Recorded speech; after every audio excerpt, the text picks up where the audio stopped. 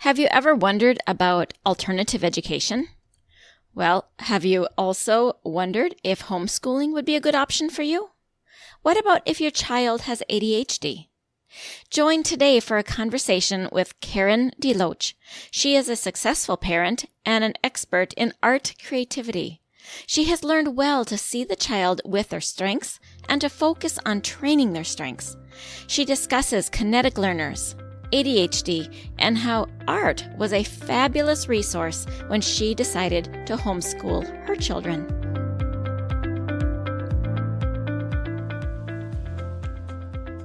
Does your child have a speech-language delay and you really want them to talk? Do difficult behaviors derail home life and you know the frustration is a communication struggle? Does your child see a speech therapist and you wonder, what do they do and how can I help?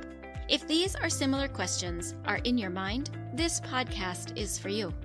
Hello, my name is Dinalynn Rosenbusch. I am a speech-language pathologist that has worked with children from birth to 21 for 3 decades. And in my classrooms, I see you wanting to connect with the heart of your child, but their speech and language skills create a barrier.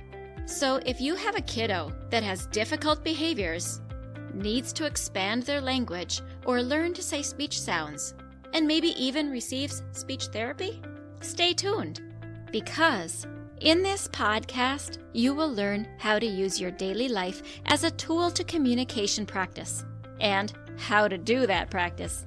You will become confident knowing you are making the difference you want to make. And you will hear success stories of parents who have navigated these struggles already. We'll do this all while focusing on building deep, meaningful connection and confidence in your kiddo. So grab a cup of coffee along with a notebook and pen. It's time to speak in the way your child's brain understands. And that is the language of play.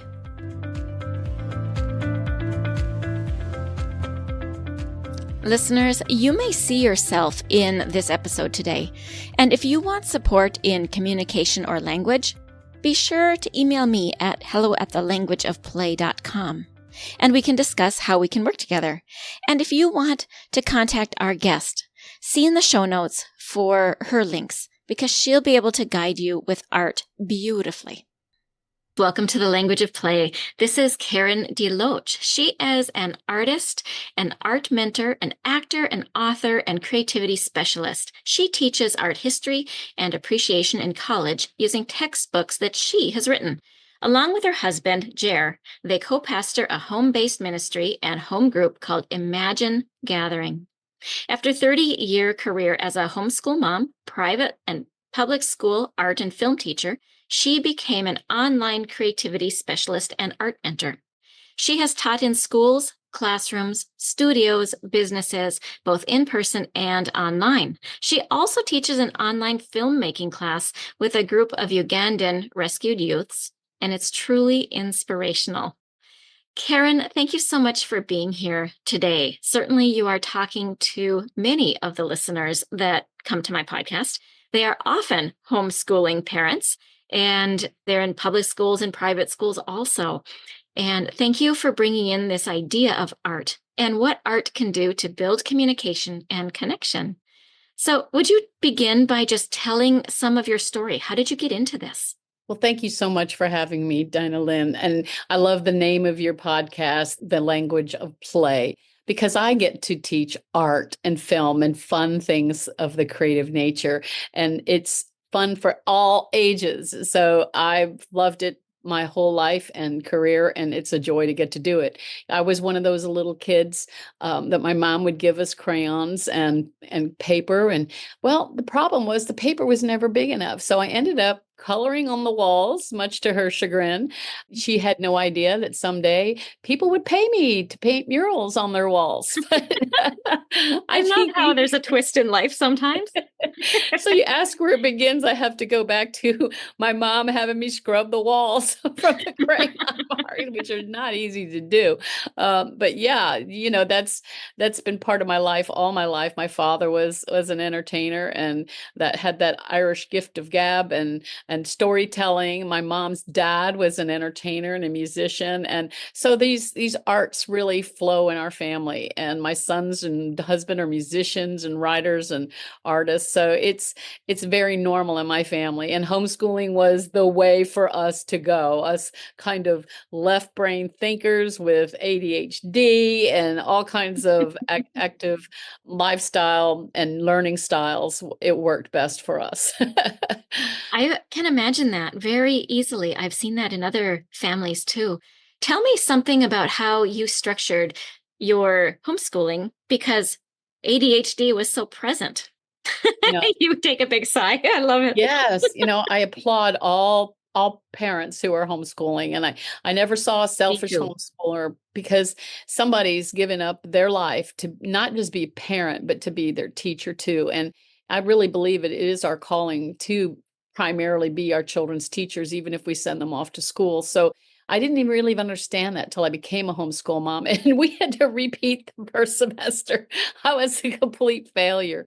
So it was one of those very, very humbling times where, okay, when there's a scripture that says, train up a child in the way they should go, I think it's interesting. It's the way they should go. There's not one way for everybody. And I'm sure any parent that has more than one child realizes that, they all have their own way of thinking and doing things and wiring. Even though they came from you, they're going to have things in common with you, but they're still going to have their uniqueness.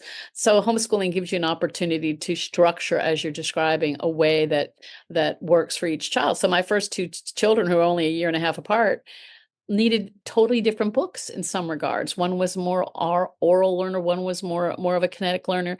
One was very independent, would work very fast. The other one was easily distracted. So, dealing with the differences in our children can make it challenging. But I had to learn that. I had to, nobody knows your children better than you or loves them better than you. And so you're uniquely qualified, even if you don't feel. I don't know a homeschool parent that didn't feel like at some point they were ruining their children's lives. It's like, I don't care how many degrees they have after their name. It feels so overwhelming at times. But That's love is every the root. parent, whether we're homeschooling or not. That's exactly true. Yeah.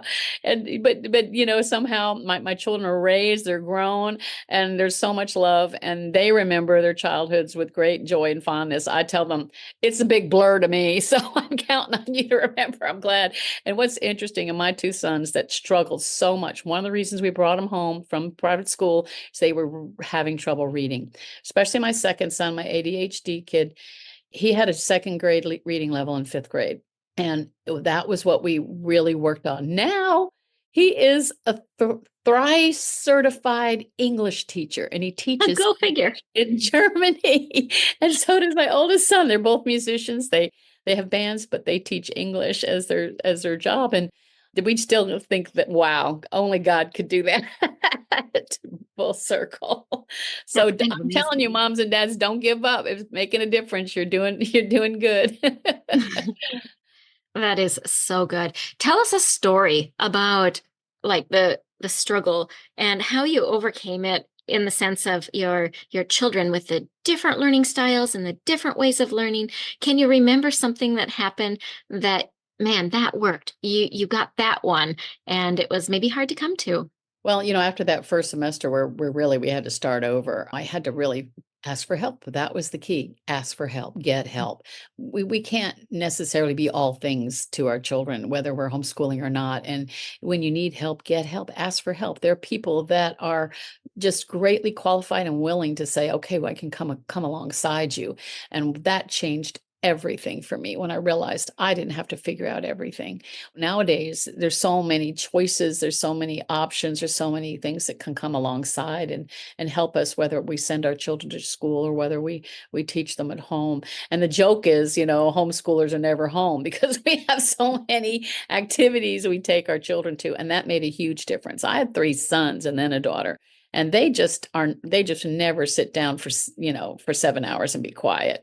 They are not that kind of child. One of them was always drumming. I mean, everything was a drum. Every desk was a drum. Every book was a drum.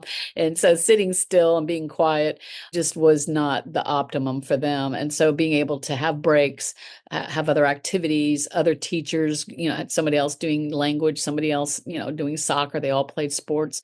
finding what works. And yet my daughter, she wasn't interested in soccer. She liked horseback riding. So, then she did volleyball. So it's just like, okay, finding things. I had them all take music because I knew there was a lot of musical talent in their background. And even though sometimes they come kicking and screaming, they ended up musicians. So I just say, as you look at your own schedule with your family and think, are we giving them the variety, left brain, right brain, not just academics? Are we stressing the academics so much that we're not incorporating that language of play as you describe it?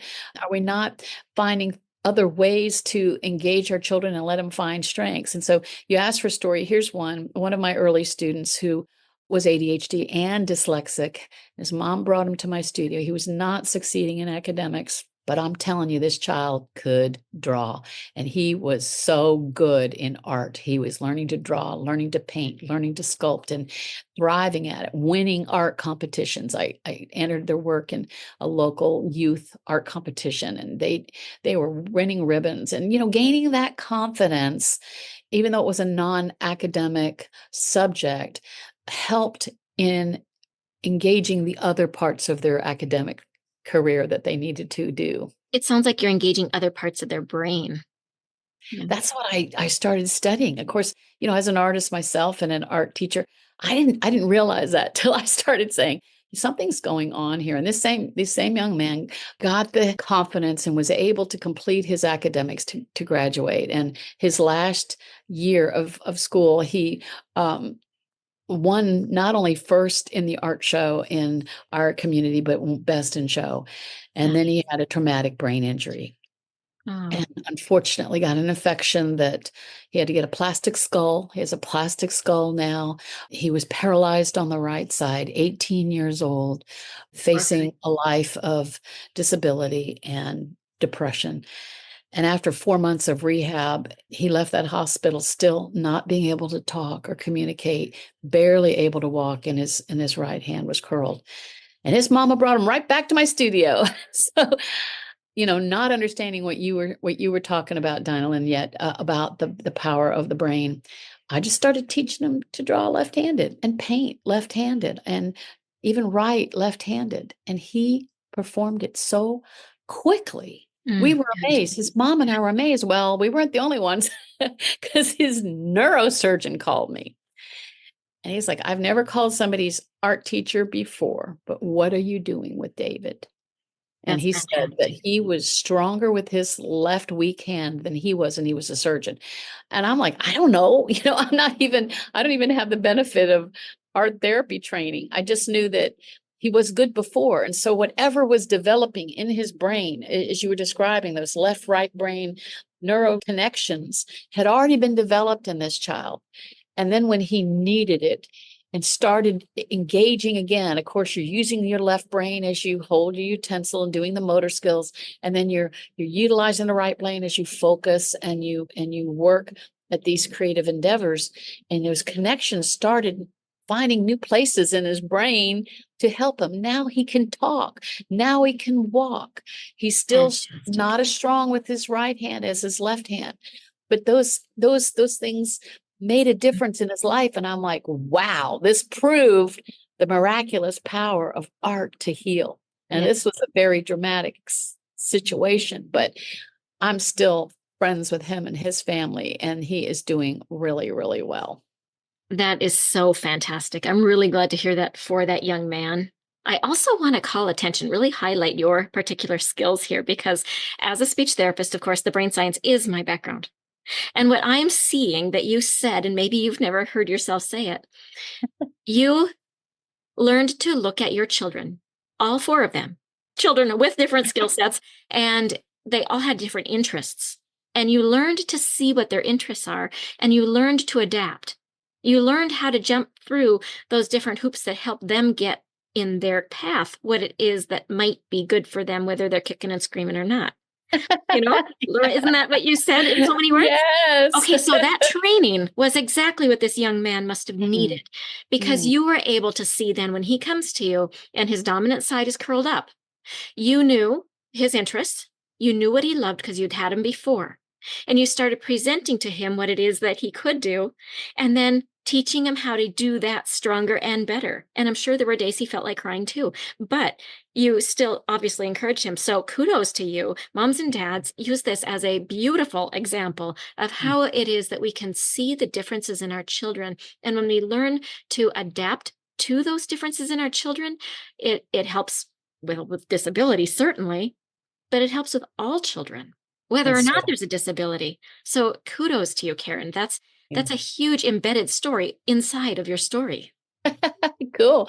Well, with my children, I started listening to really smart people like you that were teaching me as a mom, wow, what's working for this child isn't working for this child. What am I doing wrong, or what can be done? Oh, he's an auditory learner. Oh, I never heard of kinetic learning, or he's a visual learner. So combining these, I know we all kind of have all of them in some sense, and understanding, their gifts and their weaknesses, and trying to help them in their strengths find a way. We ended up using manipulative math Sure. because that was so hands-on, and any child that is more kinetic or the kinetic math was So I fantastic. know, Manipulative maths, I guess. yeah. Yeah. So that makes total sense to me. But in case a parent doesn't know what kinetic is and what manipulative math is, would you like to explain what that is and why that is so important and helpful for kiddos that have ADHD? Well, you probably understand it way more than I do. You have But the you've word done for it it. and you Yeah. know it. So, Yeah. yeah, but those are vocabulary words that, you say that you learned: kinetic, manipulative. Right. And, like, to manipulate something means to be able to hold it in your hand and move it around. It's a three-dimensional object, and kinetic has to do with movement. So tell us how it is that you incorporated the movement and those three-dimensional objects for teaching math. Yeah, it was a real true breakthrough for my family. It didn't affect my oldest son as much, but once my second son, my third son, my daughter, all three of them benefited from, someone sharing with me and teaching me how to use manipulative math, which is tiles. Basically, it's like another way of taking Legos, only they're tiles, and using them to change, almost like abacus, and Yeah. you see the Chinese abacus where they can flip these little circles around, and they add up because they understand the values. Mhm. And that's kind of what manipulative math, it can help problem solving. They can visualize it. So if they're visual learners and kinetic learners, they can hold it, they can move it, and they can see the answer. Some children, can write it and see come up with the answer, and it makes sense to them, and it's clear. My second son does math in his mind. It's like it was already there in his head, but he didn't know how to write it down. He was also the one struggling with writing skills. So whatever his ADHD or flipping things around, he learned phonics, and he thought phonics was the bomb. Phonics is the way you spell. He's a 38-year-old man who still spells phonetically. Now, Oh, that dear. works in Germany where he lives, because German is a phonetic language, but English, however, as we know, is not. It Right. should be, but it isn't. Yeah. But it's funny because we talked about that recently. And then, kinetic really was about movement, like you said. So a child that learns primarily kinetically, they don't do necessarily well sitting still when they learn. For him, a desk is a place to hold the books. The floor with his feet in the air and a book on his lap, or, moving around, being able to flip around. And can you imagine a child like that trying to learn in a classroom setting? Oh, I can. I've been in a lot of classrooms like that. And I will say, to support what it is that you're saying, research does show that movement enhances memory. So when you're able to incorporate the movement into what it is you're teaching, it locks it in much better. Now, we are here also to talk about your art. So I'd like you to bring it around to art and how it is that you have used art with communication. And I know that this movement piece is natural in art. Yeah.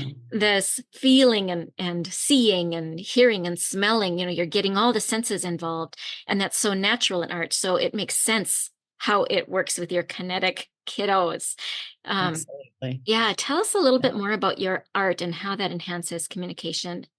Well, visual arts, fine arts is one arena of the arts, but there's also music. Is there anybody that hasn't found the value of using music in learning? Memorizing, even a list of something, and putting it to music. I know in England they have a song that has all their kings, the order of their kings and queens and their history, and it's all this song, and all these British children know this song. And in English, we know A B C D. We learn, and some people still have to go L M N O P, to know the order. It gets ingrained in our memory. So music is certainly a big key and clue if you are wanting your children to memorize certain things. Put it to music or find somebody who has and play it and learn it that way. Movement, dance, incorporating movement. You put your left foot forward. There's something when we kinetically move, and these are aspects of the arts with movement and dance and singing and song and musicianship. And it's interesting because my kids, being musicians, you use both hands when you play the piano. You use both hands when you play the guitar. It's not like left-handed, right-handedness.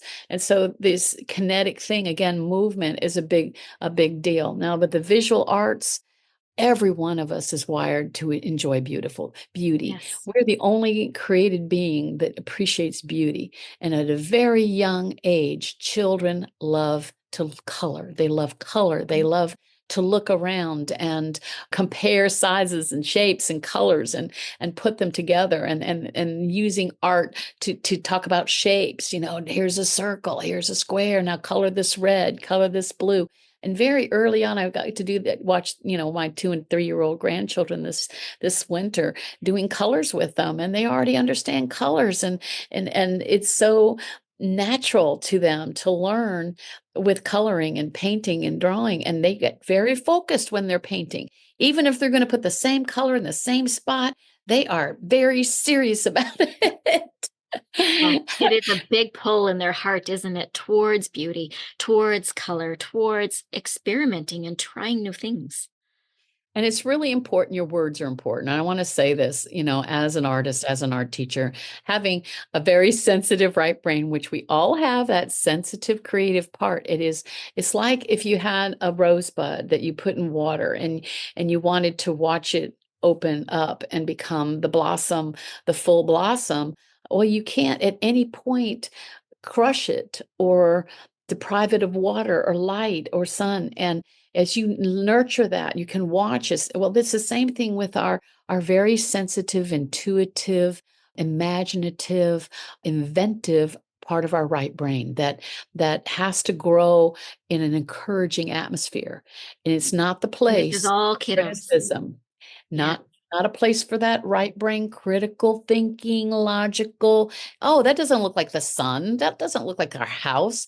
Well, in that child's imagination, now you've had more study of this, there is a point where our brain connects with reality and what's down on the paper. But before that circle with the rays is the sun. That triangle with a square on the bottom is their house. That person with the round head and stick figure is dad, and this is mom. It's not a symbol in their mind. From what I understand and what I've read, it is them. And there's no gap between what they know to be their house and that drawing of that color, that picture is their house. And then when they hit that place, that developmental pace, it's different. It's maybe a little later for a lot of boys than girls. Between 8 and 10, it can be younger, but in general, my experience as an art teacher, between 8 and 10, that link happens. And if I'm there, still getting to teach them the techniques for drawing, the techniques for painting, there's no gap. They didn't know they weren't doing it right before. I'm not saying they were wrong. I'm just saying it wasn't natural Didn't looking. Look like what they were intending it to look right. like. To when that development happened, now it does. To them, there was no gap. I love that. And if we can I was do that amazed. with language, if we can do that with all the things the kids are learning to do for chores, whatever, they think that they're helping when they sweep. And they're so not, but they never know that they're not. And then they get a little bit older and 10% was actually helpful. And then they get a little bit more and 50% was helpful. And you see the progression. It's the same way. I love that you are keeping them doing that. My grandson was with me just a few days ago, and I draw a circle on the page and I said, "It's mama, draw mama." And so he takes another crayon and he makes big scratchy lines through it. And I say, "What is it?" He says, "That's her eyes." Okay. And then he makes another scratchy line. I say, "What's that?" "Her hands." And another scratchy line. "That's her legs." Like Wow. it was just from an outside perspective, exactly what you said.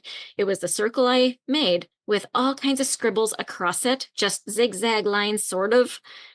But to him, he knew later that one's mom, that one's grandma. He knew. Because in his mind, it's there's Exactly. not a gap. It's we don't remember thinking and seeing that way. We were too little at the time. And when I had all my children helping, I call it, gosh, I have so much help, we may never get done. Yes. Every parent knows that statement well. But they still want to be part of it and learn, that's for sure. And if we can incorporate fun, and it's hard.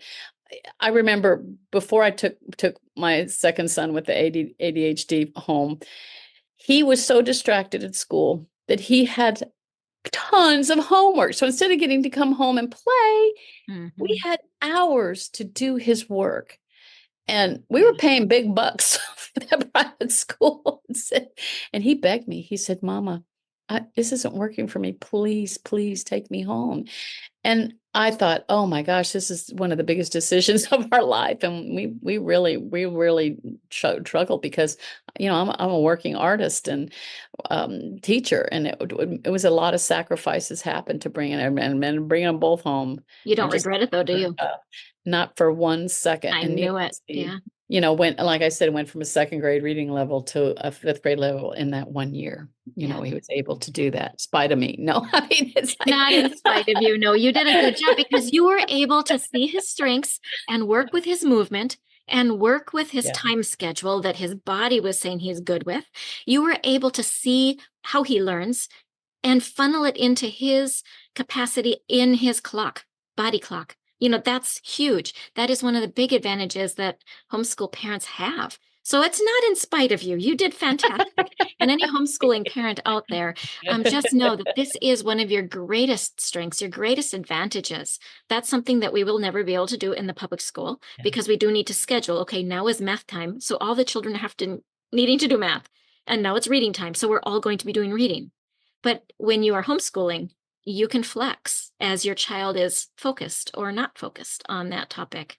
Yeah, that's good. We did some bundling of topics, like we're going to do visual arts and connection. If we're talking about Egypt, we're going to do hieroglyphics, incorporating the history and art and music and science and putting things together in those kind of group categories was really fun for us too, a fun way to do it. Kids naturally want to have fun. When you ask a room of fifth grade, 5-year-olds, do you like to drum? Do you like to color? Do you like to draw? Do you like to dance? Do you like to sing? Do you like to play on the plate?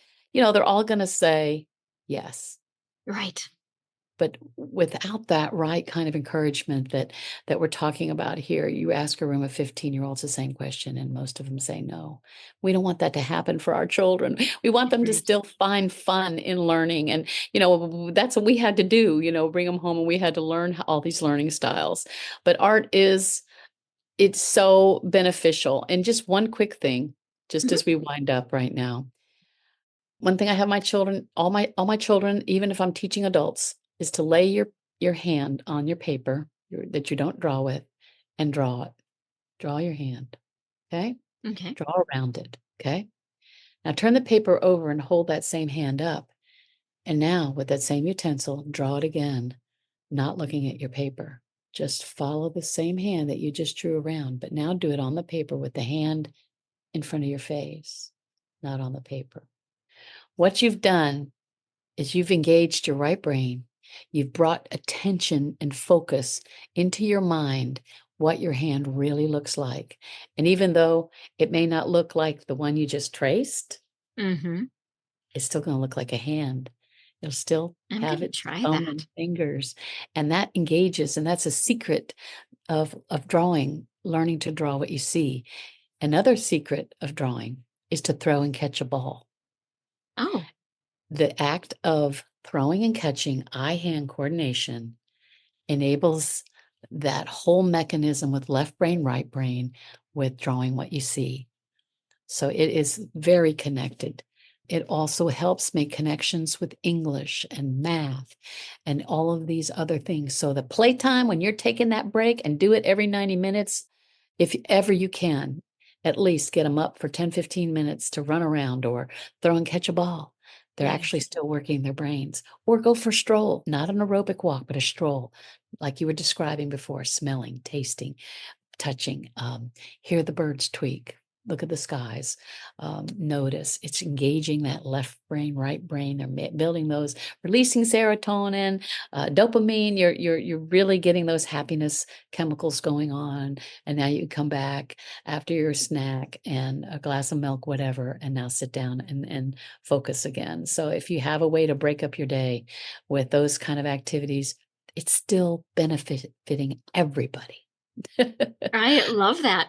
That is a very, very good way to close. Thank you very much for those 2 tips. I'm going to put those in the show notes, parents, if you're not sure what it is like when you get home. Maybe you're listening when you're driving now and you're thinking when you get home, what was it that Karen said to do? I will put those in the show notes so you can easily find them. And I love that. Before we leave, I want you to know that I will have the show notes will have your contact information for our listeners. Is there any other thing you want to say to our listeners at this point? Well, I just want to encourage you. You're doing the greatest job on the planet Earth, raising children. I know God honors it. He is so with you and for you and covering you as you care tenderly for these little ones. It is a marvelous thing you're doing. You're not wasting your life. I don't care what anybody's tried to tell you. You're doing a good thing, and so I applaud you and Amen. congratulate for that. I have a program. It's called Art is Self-Therapy, Wellness Through Creativity. I work one-on-one with individuals of all ages to help uncover, just like with that rose, find out what is the best path of art and creativity in your own life, and nurture that and train it up and get it operating for you in a perfect, beautiful way for you. What is the perfect way for you? I love that. I think I want to do that. All right. Thank you so much, Karen, for being with us today. And thank you for imparting your wonderful knowledge and encouragement to all the listeners. My pleasure. God bless. Hey parents, I hope you found this episode helpful. If so, would you please take 30 seconds and share it with a friend who also lives or works with children? I would really appreciate it if you would leave a quick review for the show on Apple Podcasts. I read every review, and it lights me up to know that this show is making a difference. Then come join my Facebook community, where you'll meet other parents who are dedicated to helping their children grow too. You'll find the link in the show notes. Thank you for joining me. Now it's time to go. Let's pop our kiddos in the strollers and go look around outdoors and see what we have to talk about.